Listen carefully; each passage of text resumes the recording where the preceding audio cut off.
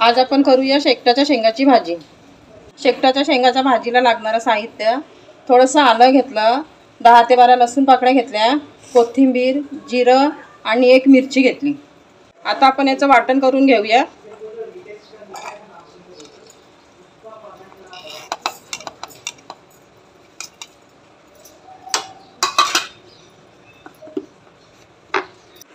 बघा, अशा प्रकारे मी वाटण करून घेतलं।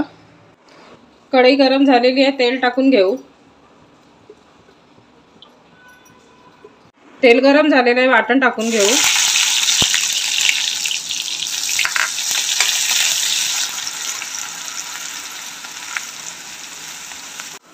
चवीनुसार मीठ टाकून घेऊया। सर्व मसाले टाकून घेऊ। 1 चम्मच हळद, 2 चम्मच मिरची पावडर, 1 चम्मच जिरा पावडर, 1 चम्मच धना पावडर। छान प्रकारे मिक्स करून घेऊया।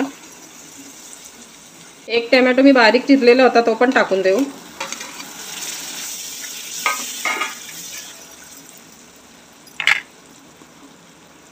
आणि शेंगा टाकून घेऊया।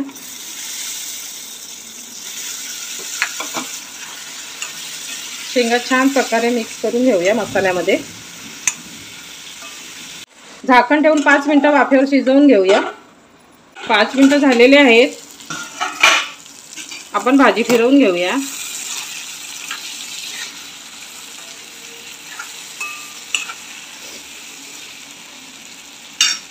मी मिक्सरच्या भांड्यात पाणी घेतलेलं होतं, ते पाणी टाकून देऊ।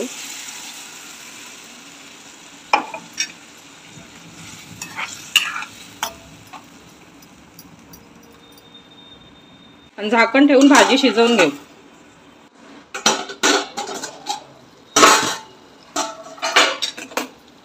बघा, आपली शेंगाची भाजी तयार आहे खाण्याकरता। आता आपण त्याच्यात कोथिंबीर टाकून देऊया।